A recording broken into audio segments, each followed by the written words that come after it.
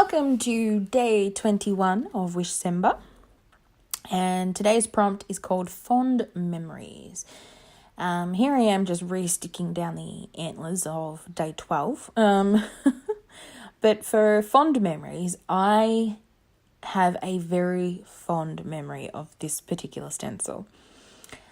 For Christmas last year, my dad bought me a pack of Jane Davenport acrylic paint, and this stencil was in it, and it also bought me the large Jane Davenport journal. Both of those items, the paint, the journal, and even the stencils, they get used all the time.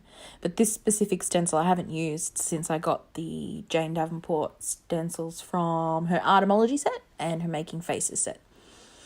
I just haven't touched them, this particular one, because I've had all the others to play with. And I thought, well, I really do love this stencil, so I'm going to go with that. And I'm now using Jane Davenport's watercolours. This is the colour Ink that I've put down. One of my favourite of Jane's watercolours. Absolutely beautiful blue. And I do really like her watercolours. It's not Daniel Smith watercolours. Nothing is. But considering what I use these specific paints for, they do such a good job. They are amazing. The purple is called Royal, I believe. I think. So for the fond memories, I was thinking back to things that make me happy and things that I have fond memories of, and also taking into account the colour scheme already. It was a very inky, dark, black depths thing, not black blue depths. And I was like, okay, clearly I'm getting mermaid vibes here. And I have really strong and fond memories of mermaids. Like, I was really into mermaids as a kid. The Little Mermaid, the mermaid episode in the Charmed series, remakes and rehashes of Mermaid, the Little Mermaid. There was a really cool book series of mermaids that I read. Can't remember the name of it for the life of me, but I remember it fondly. This particular red that I used is called Ariel. With the mermaid thing. So I was like, I'm getting mermaid vibes here. I'm just going to go for it.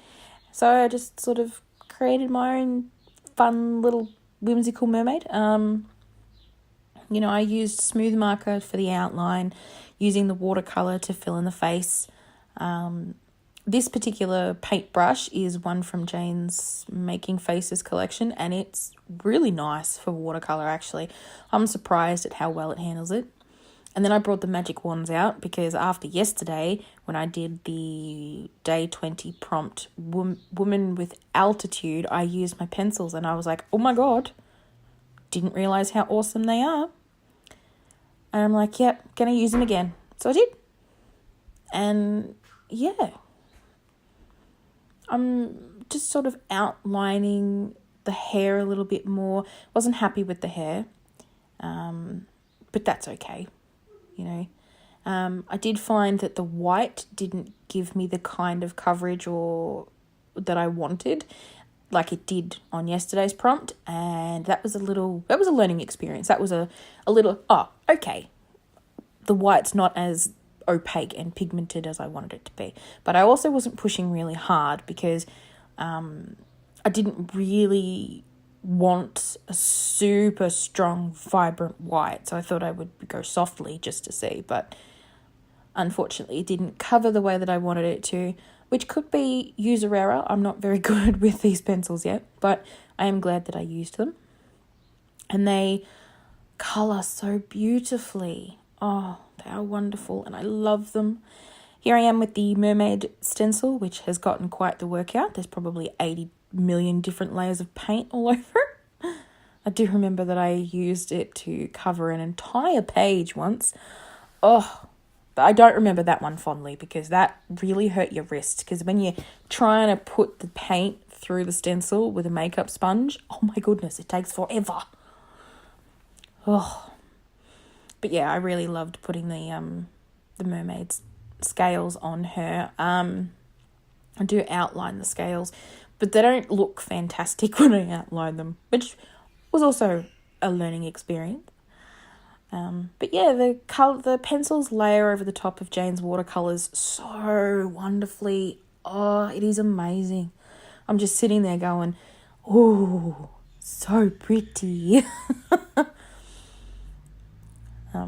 Yeah, so I was like just trying to figure out where I wanted to go. And I actually think that the best part of this piece for me, from my own experience, are the eyes. I think I have gotten better at eyes since the start of the month.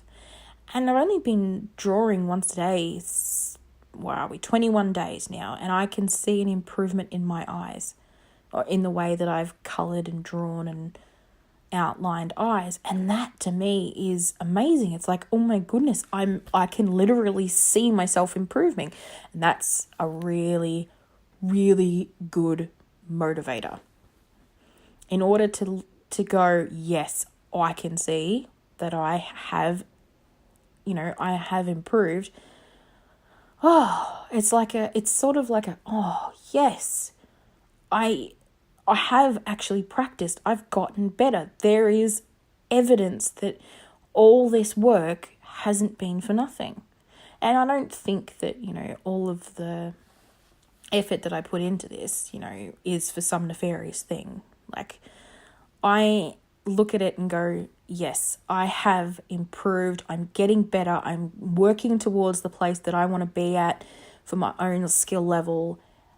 This is awesome. This is a pat on the back. You're doing amazing. Well done. Keep it up. So yeah, for me, that was a really great moment, actually. I looked at the eyes and I go, oh my God, the eyes are so pretty. So here I am with the outline of the scales, which I didn't really like, but that's okay. It doesn't have to be that way. So yeah, this one was a really fun one. The Ultimate Pen, I'm getting better at using a brush pen. I'm really liking the way that this moves over the paper, and it works so well over watercolour and pencil. Oh, it goes over top of everything. It's probably why Jane called it her ultimate pen. And I use Glitzy marker again. Love my Glitzy markers. They're amazing. Yeah, so today, fond memories, and we're at the point where I can put it in my book and give you a close-up.